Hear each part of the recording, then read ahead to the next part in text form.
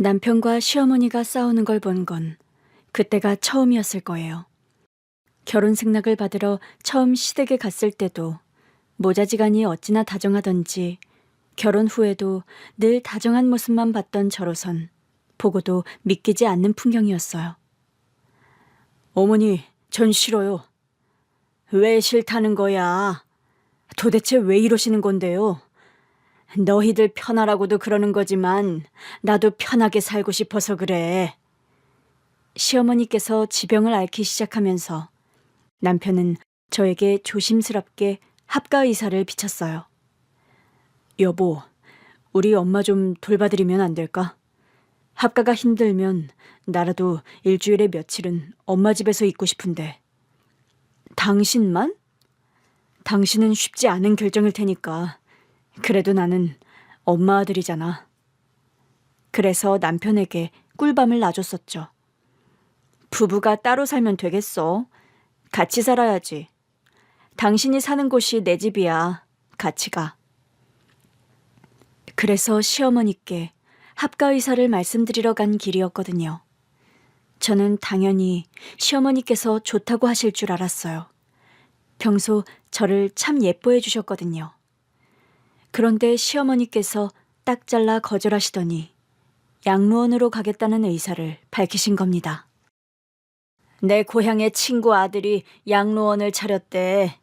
나 거기로 갈란다. 그 말에 남편이 노발대발 화를 내기 시작한 거죠. 엄마가 자식이 없어요? 며느리가 없어요? 우리가 기꺼이 모시고 살겠다는데 도대체 왜 이러시는 거예요? 난 자식 신세 지면서 남은 생 살 생각 없다. 또 같은 소리 할 거면 난 바로 짐 싸서 양로원으로 갈 거니까 그렇게 알아. 엄마, 넌 네 생각만 하니? 네 마누라 생각은 안 해? 이 사람도 동의했어요. 시어머니 모시고 사는 게 얼마나 힘든 일인데 내가 그걸 몰라? 사실 제가 처음 시집 왔을 때만 해도 시어머니는 여전히 며느리로 살고 계셨어요. 남편의 할머님이 살아계셨는데 연세가 90세가 넘으셨는데도 정정한 모습이셨죠. 처음 인사드리러 와서 뵀던 모습도 똑똑히 기억해요. 하얀 한복을 입고 머리를 정갈하게 쪽진 모습이었는데 처음에는 깜짝 놀랐어요. 제가 놀란 걸 눈치챈 시어머니께서 제 귀에 대고 소곤거리셨죠. 본인은 언제든 돌아가실 수 있다면서 늘 소복을 입고 사셔. 근데 여전히 목소리도 카랑카랑하시고 성정도 꼬장꼬장 하셔서 내 보기에 몇 년은 더 거뜬하실 것 같다. 시어머니의 탄식 섞인 장난에 저도 모르게 웃음이 터졌지 뭐예요. 놀라서 입을 막았는데 남편의 할머니께서 저를 노려보고 계셨어요. 어디 안 여자 웃음소리가 집안 담장을 넘어? 제가 놀라서 눈이 동그래져 있으니까 시어머니께서 저에게만 들리는 목소리를 중얼거리셨어요. 본인 목소리가 더 크시네. 결국 또 웃고 말았잖아요.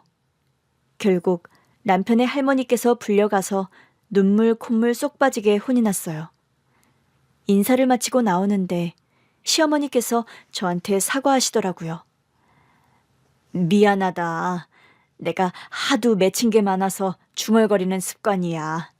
평소엔 나 혼자 하던 소리였는데 네가 있다는 걸 깜빡했어. 아니에요. 혼날 수도 있죠. 옛날 분이시니까요. 맞아. 그렇게 생각하는 게 속 편해. 어차피 내가 있으니까 너한테 뭐라 하실 일 별로 없을 거야.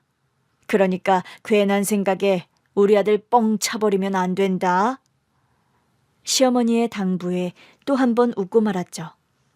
그날 남편도 돌아오는 길에 저한테 안절부절 못하면서 그랬어요.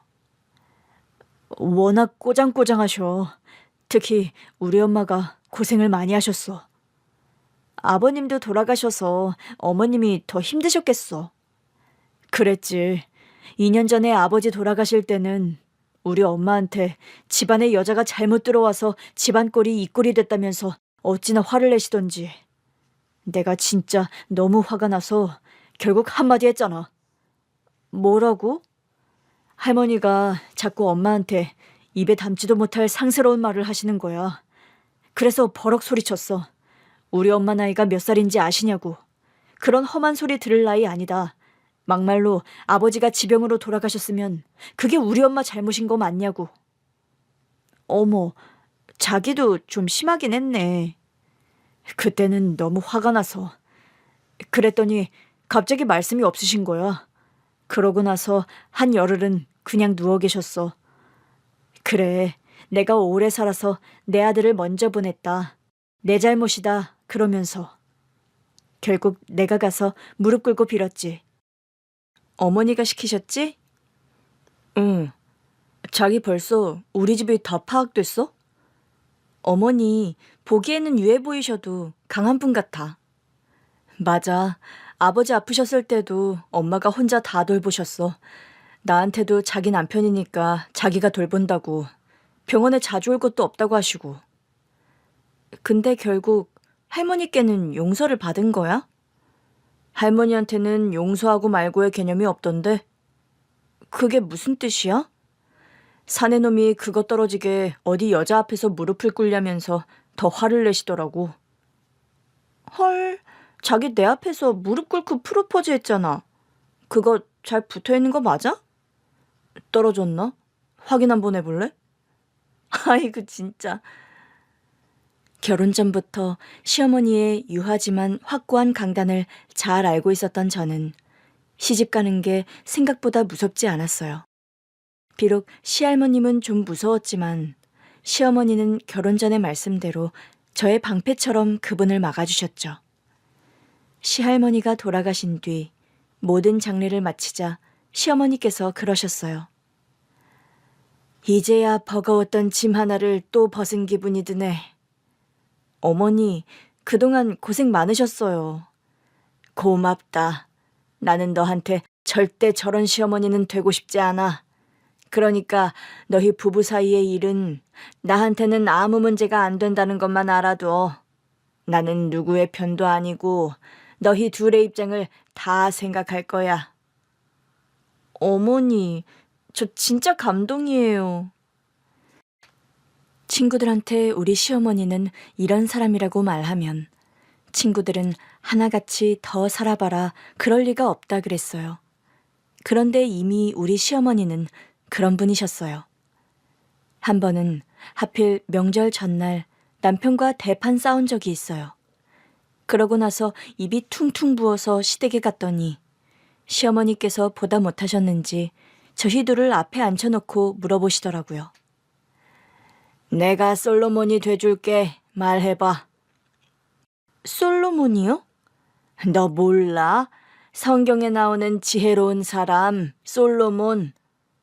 결국 어머니는 아들 편이실 거 아니에요.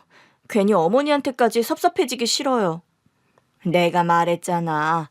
나는 무조건 중간에 있다고. 남편이 집안일은 제대로 하는 게 하나도 없으면서 양말을 자꾸 뒤집어서 벗어나요. 빨래 돌릴 때마다 화딱지가 나서 못 살겠어요. 시어머니는 멍하니 듣고 계시더니 결국 남편한테 꿀밤을 놓으셨어요. 넌 시대가 어느 땐데 집안일을 안 하니? 너희 둘 다 밖에서 일하잖아. 엄마, 그게 아니라 나도 한다고 하는데 이 사람 성에 안 차는 거야. 그럼 성에 찰 때까지 노력해, 이놈아. 진짜 깜짝 놀랐잖아요. 시어머니는 정말 솔로몬이셨어요. 그때부터 든든한 시어머니 덕분에 남편에게 집안일도 제대로 시킬 수 있었고, 심지어 시어머니는 시댁에 올 때마다 남편에게 요리와 설거지를 시키셨습니다. 처음에는 적응이 안 돼서 안절부절 못하고 있었는데 나중에는 시어머니한테 구박받으며 요리 배우는 남편을 낄낄대며 봤어요. 나중에는 남편이 자기 집에 가기 싫어하더라고요. 여보, 우리 이번 명절에는 여행 갈래? 어머니 혼자 계시는데 우리끼리 여행을 가자고? 아, 그럼 어머니 모시고 갈까? 아니, 난 반대인데. 하여튼 이래서 아들놈들 키워봤자 다 소용없다는 거야. 당신은 점점 우리 엄마한테 동기화되는 것 같아. 난 당신 아들 아니고 남편이거든. 그러니까 철 좀 들어라. 어머니 혼자 두고 어딜 가. 티는 안 내셔도 얼마나 적적하시겠어. 우리 엄마 혼자 사는 거 되게 좋다고 하시던데. 특히 할머니한테 해방되고 나서는 날아다니셔. 맞아. 어머님이 그러셨어. 할머님 돌아가시고 당신 살림 가르치는 재미가 쏠쏠하시대. 할머님 살아계실 때는 엄두도 못 냈던 일이라고. 평생 아버님이 부엌에 발도 들인 적이 없어서 아들만큼은 집안일하는 남자로 키우고 싶으셨는데 이제야 소원을 이루셨다고 하더라. 진짜 고부간의 죽이 왜 이렇게 척척 맞아? 그럼 내가 어머니랑 매번 싸우고 그랬으면 좋겠어? 아니, 뭐 그건 아니지만. 그러니까 당신이 고생 좀 해. 나랑 어머니는 아주 좋아. 그렇게 사이좋던 시어머니께 병이 있다는 걸 뒤늦게 알게 됐어요. 알고 보니 어머님께서 우리한테는 아예 말씀을 안 하셨더라고요. 병이 꽤 진행된 뒤에 말씀하셔서 어머니를 원망했었어요. 어머니, 왜 말씀 안 하셨어요? 너한테 짐 되기 싫어서. 막말로 내가 아프면 내 아들보다 네가 더 고생일 거 아니야. 아들들이 뭘 알아. 딸내미들만 고생이지. 어머니, 그래도 어머니 아들은 그 정도는 아니에요. 진지게 말씀하셨어야죠. 너희가 안다고 낫는 병도 아니고 이제는 알려야 할 때다 싶어서 알린 거야. 사실 저도 어머니 혼자 계시는 건 무리겠다 생각하던 차였거든요. 그렇게 사이좋은 고부지간이었는데도 남편이 합가를 제안하는 건 쉽지 않은 일이었을 거예요. 그래서 더 흔쾌히 받아들였는데 시어머니께서 생각보다 더 완고하게 반대 입장을 취하셨던 거죠. 그로 인해 남편은 낙심해서 한동안 어머니께 연락도 안 드렸어요. 대신 제가 시어머니를 자주 찾아뵈면서 다시 설득을 이어갔죠. 어머니, 저희랑 같이 살아요. 난 며느리 고생시키는 시어머니 안 한다고 말했잖아. 저 괜찮아요. 어머니는 저한테 좋은 시어머니시잖아요. 시할머님과 다르게. 이렇게 사니 좋은 시어머니인 거야. 같이 살면 그때부터는 달라. 나는 이왕이면 좋은 기억으로 남고 싶다. 어머니, 이기적이세요. 뭐? 어머니만 좋은 기억으로 남으면 다예요? 자식들은 어쩌라고요. 어머니 아프신데 혼자 적적하게 계시다가 돌아가시면 우리는 어떡해요? 뭐가 적적해. 이렇게 너희들이 수시로 드나드는데. 어머니, 미워요. 자꾸 이러시면 저 어머니랑 말 안 할 거예요? 그래서 어머니랑 말 안 하기 작전을 쓰기 시작했어요. 시댁에는 수시로 드나들면서 말을 한마디도 안 했더니 시어머니께서 제 눈치를 보시더라고요. 넌 안 먹어? 너도 먹지 왜? 대답 안 할 거야? 언제까지 안 할 건데? 그렇게 일주일을 버텼더니 시어머니께서 결국 항복하시더라고요. 알겠어. 그럼 합가는 하지 말고 가까운 데 사는 걸로 하자. 합가하면 어차피 이사해야 하잖아. 우리 바로 앞집 나간대. 너희들이 여기로 와. 정말요? 응. 그래도 합가는 반대야. 가까이만 살아. 그 정도도 꽤 괜찮은 제안 같아서 남편에게 말했더니 남편 얼굴에 그제야 화색이 돌더라고요. 이사 가자. 응. 근데 우리 엄마의 며느리 사랑은 진짜 대단하다. 결국 합가는 안 하시네. 가까이 살면서 우리가 더 잘 챙기자. 사실상 같이 사는 거나 다름없어. 이 타이밍에 앞집이 나가다니 진짜 잘 됐다. 그러니까. 그렇게 시어머니와 가까이 살면서 병원도 모시고 다니고 아이 태어나는 것도 보여드리고 그랬어요. 손주가 태어나자 한동안은 건강을 되찾으신 듯했던 시어머니는 결국 지병으로 세상을 떠나셨어요. 임종 직전 시어머니께선 제 손을 꼭 잡고 말씀하셨습니다. 내 유품 정리 잘 부탁한다. 어머니, 그런 걱정 마시고 마음 편하게 가지세요. 나 걱정 없어. 네가 있잖니. 우리 아들 앞으로도 잘 부탁한다. 그 말씀이 마지막 말씀이었어요. 남편이 울면서도 농담처럼 그러더라고요. 우리 엄마는 유언도 며느리한테 제일 마지막으로 하시네. 그 내용이 당신 잘 부탁한다는 거였어. 그렇긴 해도 엄마는 나보다 당신을 더 믿으셨나 봐. 어머니도 여자였으니까 늘 혼자 이구지구 사셨잖아. 본인의 삶이 그러셨다 보니 여자가 감당하는 게 더 많다고 생각해서 더 그러셨을 거야. 저는 남편을 위로하며 유품 정리를 시작했어요. 그런데 남편이 어머님 유품을 볼 때마다 울기만 하더라고요. 여보, 내가 하고 있을 테니까 좀 쉬고 올래? 아니야, 같이 해. 우리 엄마잖아. 나 잠깐 화장실만 갔다 올게.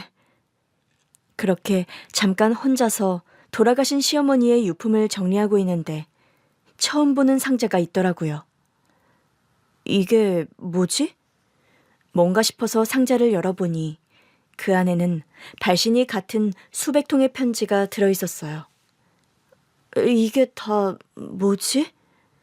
봉투는 다 열려 있었지만 차마 열어볼 수가 없더라고요. 그때 남편이 돌아왔어요. 여보, 뭘 그렇게 보고 있어? 아니야. 그냥 어머님 상자. 정리하자. 저는 일단 남편 모르게 상자를 옮겨놨어요. 왜 여자의 촉이라는 게 있잖아요. 느낌이 묘하더라고요. 그리고 다음 날 편지 봉투에 적혀있던 발신인 주소로 찾아가 봤죠. 주소지에 도착하니 으리으리한 저택이 있더라고요. 여기서 우리 어머니한테 그 많은 편지를 보냈다고? 초인종을 누를까 말까 고민하다가 일단 눌러보기로 했어요. 도대체 누가, 왜 어머니께 그 많은 편지를 보낸 건지 궁금했거든요. 누구세요? 중년 여자의 목소리에 흠칫 놀랐지만 태어난 척 물었어요. 혹시 김미자 씨 계시나요? 그런데 대답이 없는 겁니다.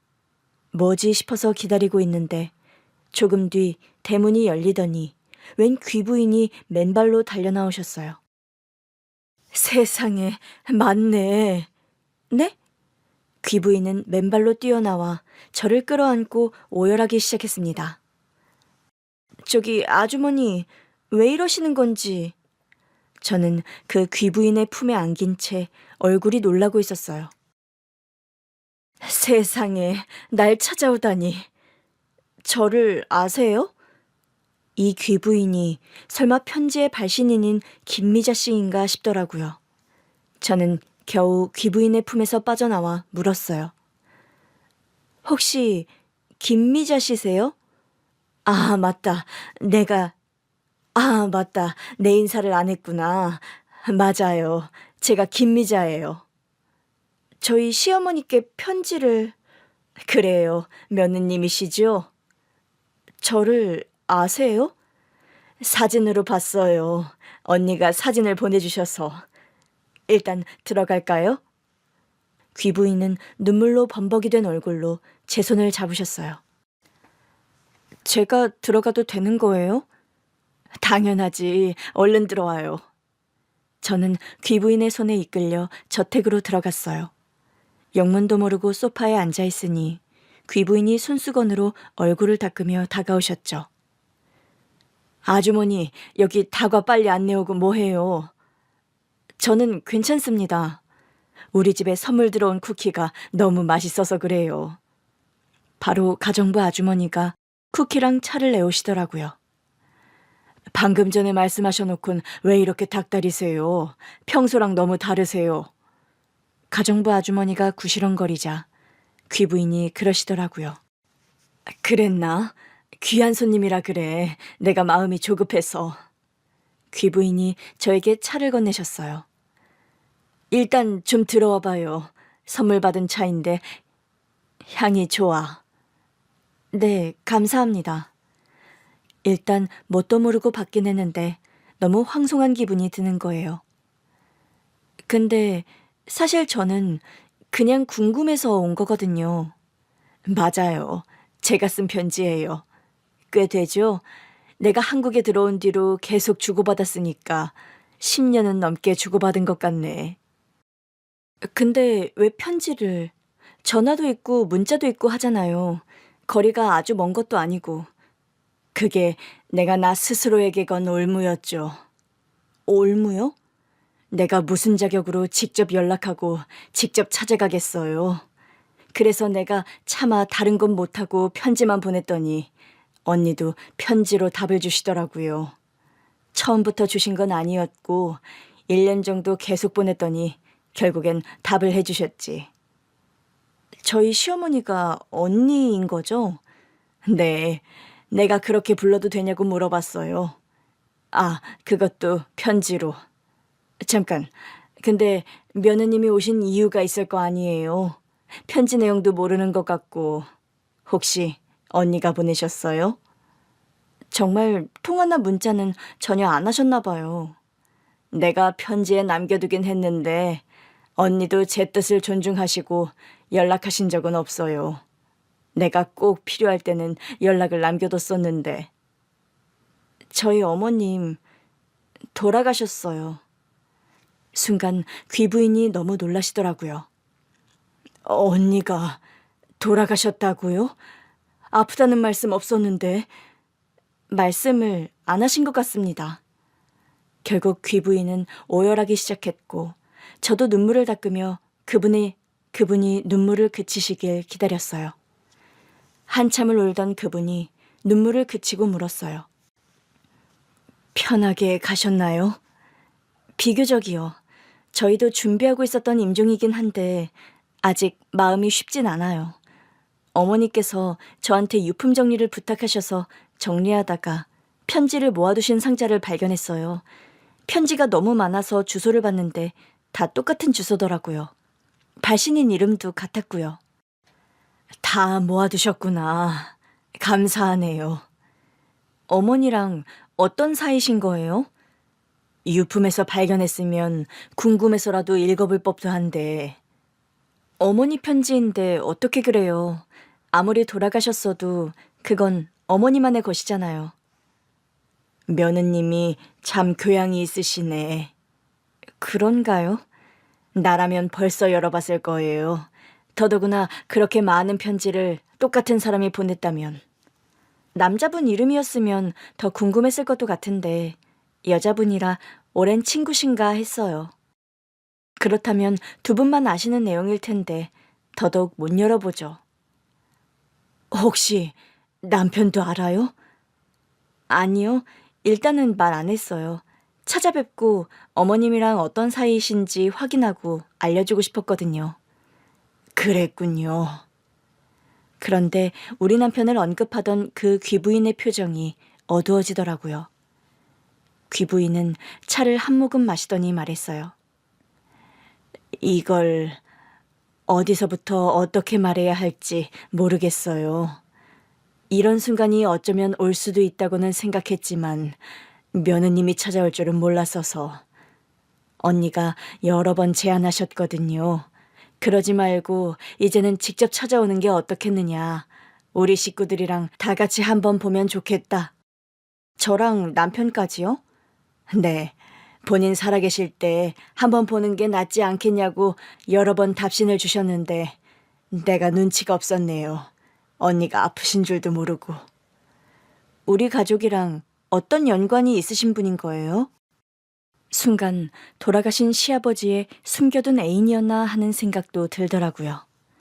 시어머니를 언니라고 부르는 것도 그렇고 딱 봐서는 으리으리한 저택에 사는 귀부인한테 제 앞에서 죄인처럼 구시는 것도 희한했고요. 내가 엄마예요. 아, 네. 근데 누구 어머니시라는 건지. 순간 정신이 번쩍 들더라고요.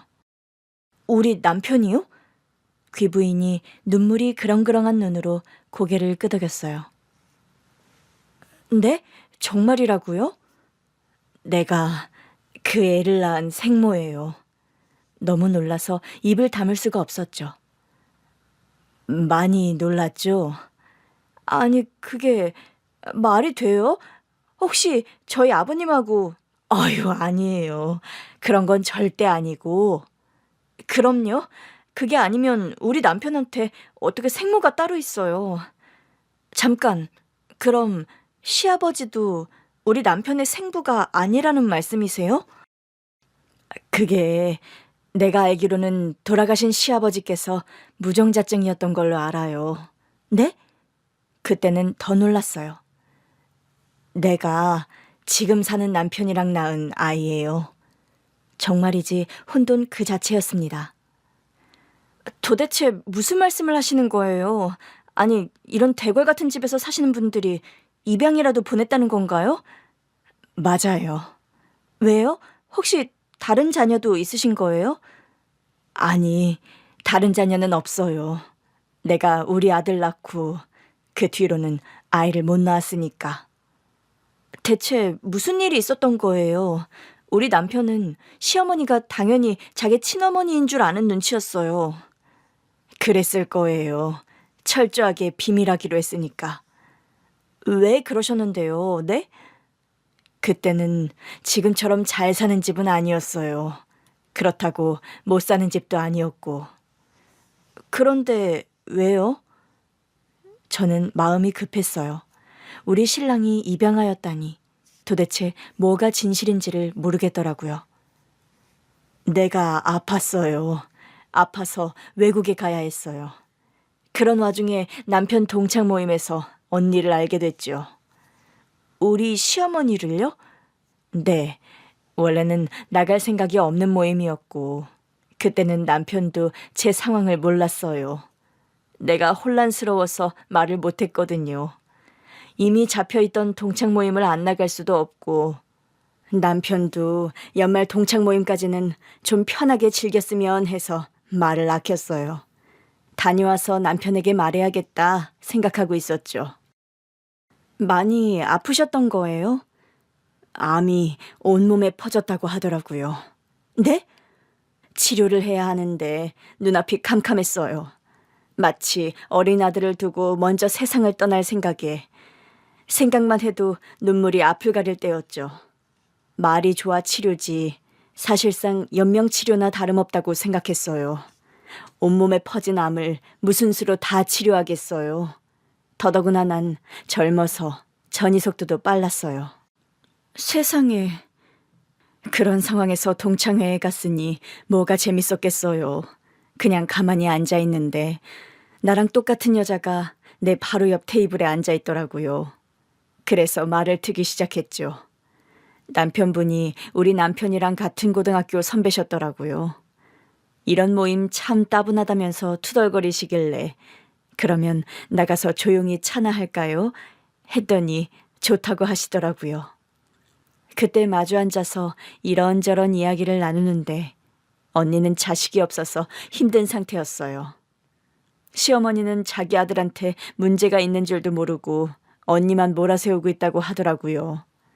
여자로 태어나서 애도 못 낳을 것 같으면 왜 남의 집에 시집와서 대를 끊어놓느냐며 할 말 못할 말 다 하면서 자기한테 분풀이 하신다고 하더라고요. 그 말을 하는 언니 낯빛이 어찌나 안쓰럽던지 그냥 시어머니한테 사실대로 말씀드리라고 했더니 그러면 또 어떻게 견디시겠냐. 그냥 나한테 화풀이 하시는 게 낫다 그러시는 거예요. 그러는 거예요. 이 언니 참 사람이 괜찮다 싶었죠. 나 같으면 억울해서라도 절대 못 참을 것 같은데 그걸 참더라고. 저희 어머니가 좀 그런 분이시긴 해요. 근데 정말 믿기지 않아요. 안 믿기지. 그때 언니도 안 믿기는 눈치였어요. 남편이 무정자증이라는 게. 어쨌든 노력해서 나아보려고 한다고 그러긴 하는데 영 희망이 없어 보이더라고요. 할 건 다 해봤는데도 애가 안 생긴다고. 하도 언니가 시어머니한테 구박을 들으니까 남편이 그냥 어디서 입양을 한 다음에 자기 엄마한테는 내가 밖에서 낳은 자식이라고 할까 그러더래요. 그럼 설마... 솔직히 그때는 난 애를 입양 보낼 생각까진 없었어요. 남편도 있고 한데 굳이 그럴 이유가 없었으니까. 근데 그날 돌아와서 남편한테 내가 몸에 암이 퍼져 있다고 말하려는 순간 남편이 자기가 간암이라고 하는 거예요. 네? 그것도 말기. 그 말씀을 하시면서 귀부인은 짙은 한숨을 내쉬었어요. 그날 부부가 끌어안고 얼마나 울었는지 몰라요. 어쩌다 우리가 이렇게 됐을까 싶고 이게 다 무슨 일인가 싶고 어떻게 그런 일이. 내 말이 그 말이에요. 부부가 치료해야 하는 상황이라 애는 맡겨야겠는데 솔직히 우리 부부가 둘 다 산다는 보장이 없었어요. 남편이 친척 집에라도 맡기자 그러는데 그때 남편이 말한 친척은 사는 것도 영 못 사는 데다 인간성도 문제가 있는 사람이었거든. 나는 도저히 그 사람한테는 애 못 맡긴다. 그러다 우리 둘 다 저 세상 가기라도 하면 우리 애는 어떡하냐. 그러면서 몸도 아픈데 애 걱정으로 정신이 다 늙어가는 기분이었죠. 그런데 우연히 병원에서 언니를 만난 거예요. 저희 어머니는 왜 병원에 오신 건데요? 대학병원 산부인과에 오셨더라고. 본인이 어떻게 해서 애를 가질 방법은 없는지 알아보러 오셨다고. 그러면서 나한테 병원은 왜 왔냐고 물으시는데 그냥 눈물이 나는 거예요. 그 자리에서 결국 사연을 다 말했죠. 그랬더니 언니도 너무 놀라면서 같이 우시더라고요. 그 모습을 보는데 우리 애엄마를 찾은 것 같았어요. 시간이 없어서 그 자리에서 말씀드렸더니 언니가 손사래를 치더라고. 입양이 무슨 말이냐. 우리 부부가 건강해져서 다시 찾으러 와라. 봐줄 수는 있다. 내가 몇 년이고 데리고 있겠다. 그러시는데 엉엉 울었어요.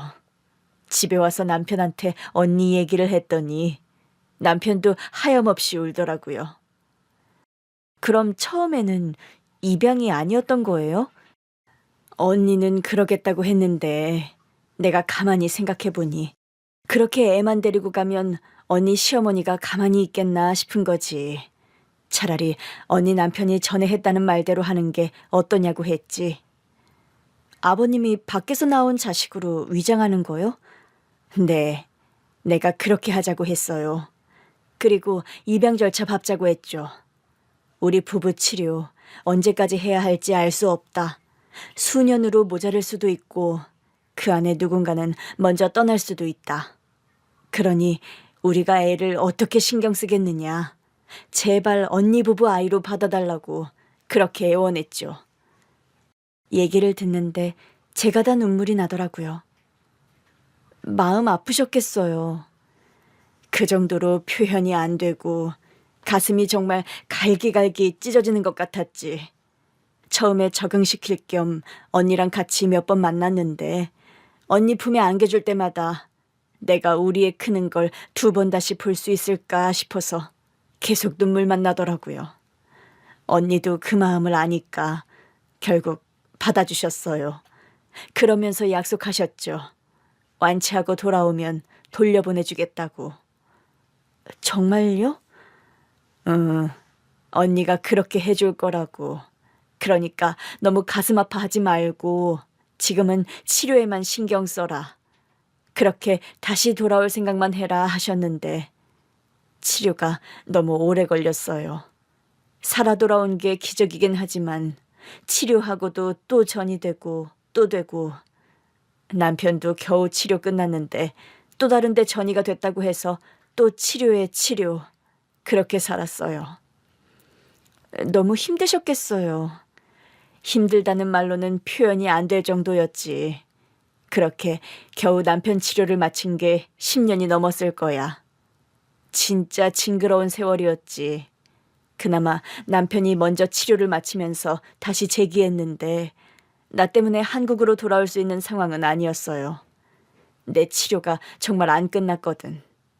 그래서 남편은 한국에서 하던 사업을 외국에서 시작했는데 워낙 사업가 기질이 뛰어난 사람이라 사업이 잘 됐어요. 남편은 다시 경제적 기반을 닦고 나는 남은 치료를 계속 이어갔죠.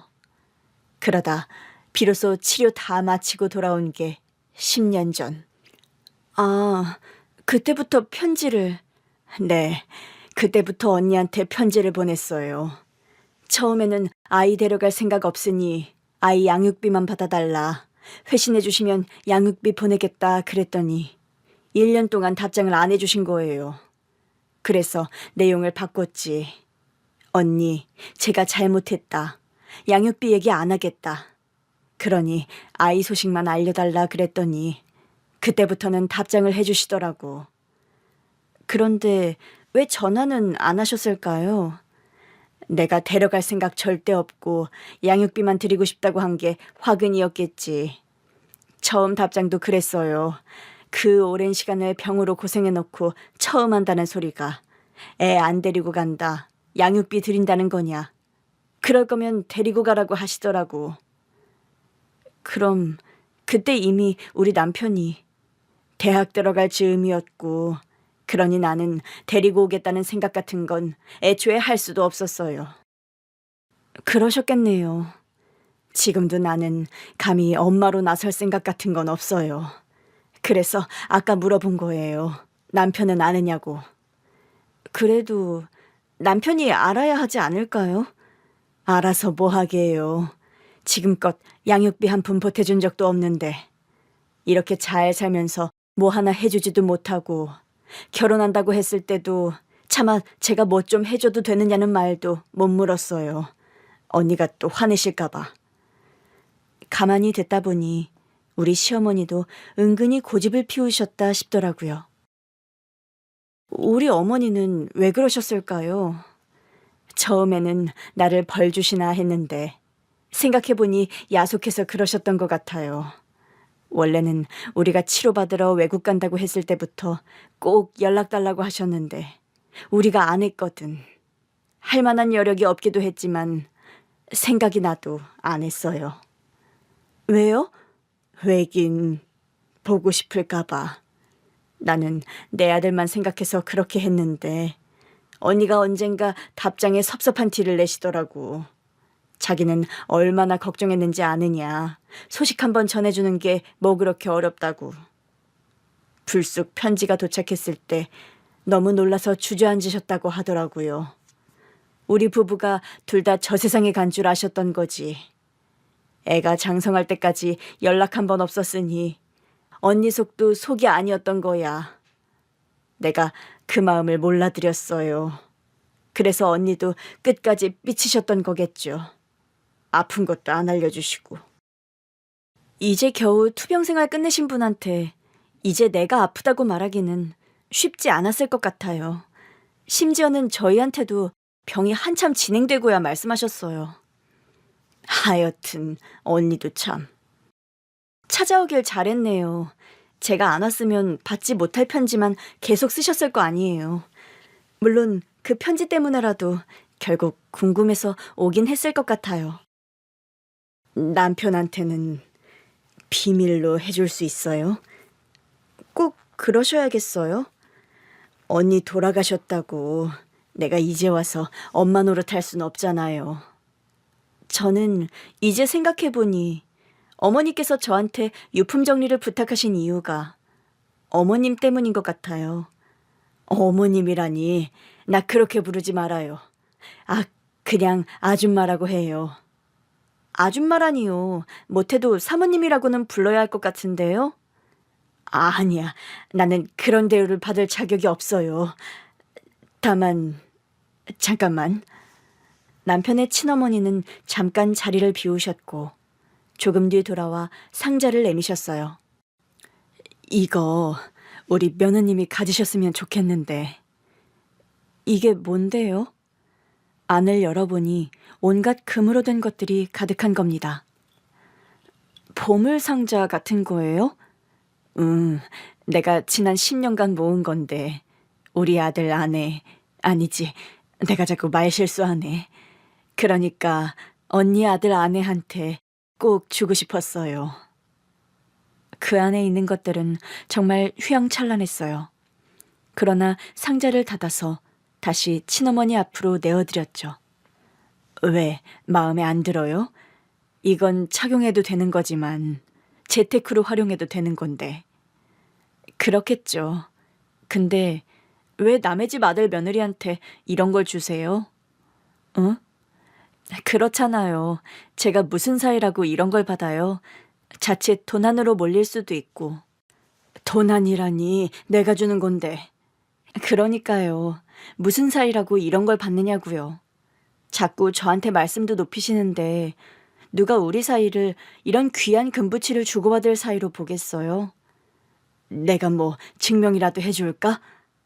듣기 좋네요. 편하게 말씀하시니까. 알았어. 말 편하게 할 테니까 이건 그냥 재테크 개념으로 받아. 그냥 내가 정말 주고 싶어서 그래. 그 마음이 며느리에게 폐물을 주고 싶은 마음이라는 걸 왜 몰랐겠어요. 그러나 아들 앞에 나타나지 않으려고 하시는 친어머니를 좀 자극하고 싶었어요. 보니까 하나도 사용하지 않은 새 것이네요. 그렇지. 며느님한테 주고 싶었으니까. 누구 며느린데요? 그거야 언니 며느리지. 저는요, 저희 시어머니 아니면 안 받을래요. 아니, 그럼 내가 언니한테 이걸 미리 드렸어야 했나? 근데 언니도 절대 안 받으시는 분이라. 남편의 친어머니는 난감하다는 듯 저를 보셨어요. 그냥 받아주면 안 될까? 사실 내가 언니 돌아가셨다니까 하는 말인데 주고 싶은 게 좀 더 있거든. 결혼할 때 해주고 싶은 것도 있었고 또 아이도 낳았다며. 네, 저기 잠깐만. 그러더니 또 어딜 가시더니 우리 아이 나이에 맞는 비싼 장난감들을 한가득 카트에 실어들고 오시는 겁니다. 내가 차마 전해주질 못해서 가지고만 있었어. 보고 싶을 때, 아니지, 그러니까 생각날 때마다 산 건데 내일 우리 애 데리고 올게요. 정말? 제가 갑자기 이 비싼 장난감들을 이렇게 많이 들고 가면 남편이 이상하게 생각하지 않겠어요? 그렇긴 하겠네. 그러니까 내일 데리고 올게요. 그래도 될까? 시어머니께는 죄송하지만 어머니도 돌아가셨는데 누가 말리겠어요? 제가 엄만데. 일부러 더 당돌하게 말하고 다음날 우리 아이를 데리고 갔어요. 물론 남편에게는 일단 비밀이었죠. 제 작전은 우리 아이부터 보여드리면서 남편 친어머니의 두려움을 하나씩 깨트리는 거였어요. 우리 아이를 본 남편의 친어머니는 눈물을 쏟으셨어요. 세상에, 사진보다 더 예쁘네. 아이고, 내 강아지. 자기는 우리 남편 엄마가 절대 아니라고 하면서도 손자를 보고는 바로 내 강아지 소리가 나오시더라고요. 잘 컸죠? 그러니까 잘 컸다. 할머니가 미안해. 갑자기 눈물이 났어. 우리 아이는 아직 어려서 그냥 남편 친어머니 품에 잘 안겨 있더라고요. 친어머니는 우리 애를 무릎에서 내려놓지를 않으셨어요. 그러면서 저더러 밥 먹으라며 계속 반찬을 얹어주셨죠. 애 보느라 밥은 제대로 먹겠니? 어머니 살아계실 때는 많이 도와주셨는데 아프시면서부터는 아무래도 저랑 신랑 몫이 됐죠. 순간 친어머니의 눈빛이 흔들리더라고요. 집안일이랑 애 보는 건 잘 도와주지. 언니가 가르쳤다고는 하셨는데. 맞아요. 우리 신랑 시어머니한테 혹독하게 배웠어요. 지금도 아주 잘하고요. 자상한 남편이네. 그러니까요. 그 아들 보고 싶지 않으세요? 어머님이 애지중지 낳아서 어쩔 수 없이 다른 집에 입양 보낸 그 아들이요. 아유 참, 그런 말 안 해도. 그러면서도 우리 아들을 꼭 안고 계신 모습을 보는데 저도 모르게 뭉클하더라고요. 우리 남편 어릴 때 저렇게 안고 계셨구나 싶어서요. 저렇게 애지중지 키운 아들인데 남의 집에 보내는 마음이 오죽하셨을까 싶었어요. 그날 집으로 돌아와서 남편에게 말했습니다. 여보, 내일 토요일인데 뭐 할 거야? 아, 당신 어디 가고 싶은 데 있어? 아니면 내가 토요일은 독박 육아할까? 당신한테 자유 주기? 아니, 그거 말고 우리 같이 어디 가기. 어디 가는데? 가보면 알아. 내가 설마 당신을 잡아먹게 하겠어? 남편도 그러려니 하고 말더라고요. 다음 날 저는 남편의 옷을 고르는 데만 1시간을 썼어요. 남편이 도대체 왜 이러는 거냐며 답답해 하더라고요. 평소에는 내가 거적대기처럼 입고 다녀도 아무 말도 안 하더니 갑자기 왜 이러는 거야? 오늘은 그래도 좀 멀끔하게는 입혀야 할 것 같아서 그래. 근데 옷이 왜 다 이래? 얼마 전에도 당신 옷 사준 것 같은데? 내 옷이 왜? 내가 보기엔 다 멀쩡하기만 한데. 그래도 이건 좀... 다른 옷 없어? 아니, 오늘따라 정말 왜 이래? 겨우 가장 마음에 드는 걸 입혀 나오긴 했는데 여전히 뭔가 부족한 것 같고 신경이 쓰이더라고요. 결국 가는 길에 구두까지 하나 새로 사서 신겼어요. 여보, 이건 너무 비싸지 않아? 그러니까 내가 진지게 구두 하나 새로 하자고 했지?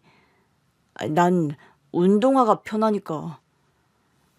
그리고 친어머니의 저택 앞에 도착했을 때 남편은 의아한 얼굴로 물었어요. 당신이 오자고 한 데가 여기야? 여긴 집 아닌가? 맞아. 들어가자. 남의 집에? 내가 아는 집이야. 당신이 이런 저택을 어떻게 알아? 당신 지금 다 무시해? 내가 저택 알면 이상한 거야? 아니, 뭐, 이상할 건 없지만. 들어가자. 초인종을 누르자마자 대문이 열렸고 남편이 또 한 번 깜짝 놀라더라고요. 말도 안 했는데 그냥 열리네. 아, 내 얼굴 아니까. 들어가자. 남편은 어안이 벙벙한 듯 했고 남편과 함께 정원에 들어섰을 때 신나게 나오던 남편의 친어머니가 갑자기 우두커니 서버리셨어요. 사실 그분께도 말을 안 하고 왔거든요. 아니, 어떡해. 남편은 이상한 듯 저에게 물었어요. 왜 저분이 날 아는 것 같지? 그래 보여? 놀란 게 아니라 뭔가 그리운 사람 보는 것처럼 멍하니 보잖아. 가서 물어봐. 응? 내가? 응. 저는 남편의 등을 떠밀었고 남편은 얼결에 자신의 친어머니 앞으로 쭈뼛쭈뼛 걸어갔어요. 친어머니는 온몸이 굳은 사람처럼 멍하니 남편을 보고 계셨어요. 어머니 눈에서 눈물이 뚝뚝 떨어지더라고요. 혹시 제 친어머니세요? 그러나 남편의 입에서 나온 말에 저도 친어머니도 화들짝 놀랄 수밖에 없었어요. 뭐? 제 친어머니시냐고요? 네가 그걸 어떻게... 남편이 고개를 숙인 채 한숨을 쉬더라고요. 엄마가 알려주셨어요. 언니가? 언제? 첫 편지를 보내셨을 때부터요. 이건 뭐 거의 식스센스급 반전이었어요. 너무 놀라서 저도 남편에게 다가갔습니다. 당신 알고 있었다고? 설마 이 집 주소도 알고 있었어? 당연히 알고 있었지. 설마 했는데 여기로 오더라고. 아니, 도대체 어떻게 알았는데? 엄마가 첫 편지 받자마자 친엄마가 이러이러한 사정으로 너를 맡기셨었다고 하시더라고요. 이제 돌아가는 게 맞는 것 같다고요. 정말이니? 언니가 그렇게 말씀하셨다고? 네. 근데 제가 싫다고 했어요. 날 키워준 건 엄만데 내가 어딜 가냐고요. 그래서 언니가 1년 동안 답이 없으셨구나. 그랬을 거예요. 제가 버틴 시간이 1년이니까. 보내달라고 한 적은 없어. 알아요. 오히려 절대 데려갈 일 없다. 나한테 그럴 자격 없다고 하셨다고요. 너희의 선택이었구나. 언니가 차마 그 말씀은 못 해주신 거네. 그렇게 얘기를 듣고 보니 시어머니께서 친어머니의 도움을 일절 거절하셨던 이유도 확실히 알겠더라고요. 그래서 우리 어머니께서 물질적인 도움을 일절 거절하셨나 봐요. 그랬구나. 그랬어. 내심 섭섭했었는데 아들이 나를 거절해서 그러신 거였구나. 여보, 어머니, 일단은 안으로 들어가서 얘기해요. 그래. 그러면서도 친어머니는 남편의 눈치를 살피셨어요. 들어가도 괜찮을까? 그럼요. 남편이 너무 담담한 데다 침착하기까지 해서 조금 무섭기까지 하더라고요. 친어머니는 남편 앞에 차를 내주시면서도 손을 덜덜 떠셨어요. 많이 긴장하신 눈치였는데 남편은 그냥 담담히 또 차 한 모금을 마시더라고요. 분위기가 너무 적막해서 제가 먼저 말을 꺼냈어요. 당사자들에게 말도 없이 일 저지른 건 죄송해요. 아니야. 내가 하도 용기를 못 내니까 네가 그랬겠지. 내가 짠해서. 제가 왜 그런 선택을 했는지 말씀드려도 될까요? 남편이 비로소 입을 열더라고요. 너야 당연히 그랬겠지. 언니를 친엄마로 알고 자랐을 텐데.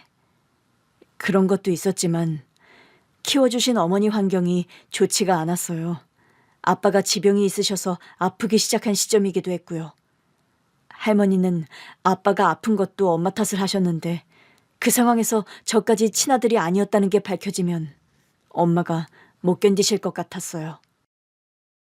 그래서 그랬던 거야? 엄마가 한번 만나라도 보라고 했는데 만나면 제 마음이 흔들릴 것 같았어요. 사실 내심 알고 있었어요. 제가 부모님의 친자식이 아닐 수 있다는 거요. 어떻게? 일단 아버지가 저한테 정이 별로 없으셨거든요. 그리고 부모님이랑 혈액형이 안 맞기도 했고요. 그랬어? 네. 생김새도 별로 안 닮은 것 같아서 내심 생각은 했다 보니 엄마 말씀을 생각보다 어렵지 않게 받아들였던 것 같아요. 그랬구나. 난 그것도 모르고. 마음 아프게 해드렸다면 죄송해요. 그 후로도 두 분이 편지 주고받으시는 건 알고 있었어요. 엄마가 늘 어딘가에 편지를 쓰고 계셨는데 늘 모른 척했죠. 엄마 돌아가셨을 때 연락을 드리고 싶은 마음도 있었는데 못했어요. 죄송해요. 넌 나한테 죄송할 게 없지. 어떻게 없어요. 모든 게 죄송하죠. 결국 제가 친엄마가 아닌 키워주신 어머니를 선택한 거잖아요. 아니야. 나는 그저 물질적인 지원만 해주고 싶었는데 그걸 못 줘서 아쉬운 것 말고는 괜찮았어. 많이 아프셨다고. 많이 아프셨다고. 그런데 갑자기 그 말을 하면서 남편이 눈물을 쏟더라고요. 남편이 울자 친어머니도 울기 시작하셨어요. 아버지는 괜찮으신가요? 궁금했는데 차마 키워주신 어머니께도 묻지 못했어요. 제가 물어보면 또 다른 생각하실까 봐요. 친어머니는 남편을 끌어안으며 말씀하셨어요. 아버지 출장 갔다가 오늘 밤에 오셔. 우리 다 같이 저녁 먹고 자고 가. 우리 집에 방 많아. 남편이 그렇게 어린애처럼 우는 걸 처음 봐서 결국 저도 울었잖아요. 자기를 낳아주신 엄마 품에서 꺼이꺼이 울더라고요. 사실은 많이 보고 싶어 했다는 걸 느낄 수 있었어요. 그날 친아버님까지 집에 돌아오시면서 집이 아주 눈물바다가 됐어요. 남편도 건강한 친부모님의 모습에 또 아이처럼 울더라고요.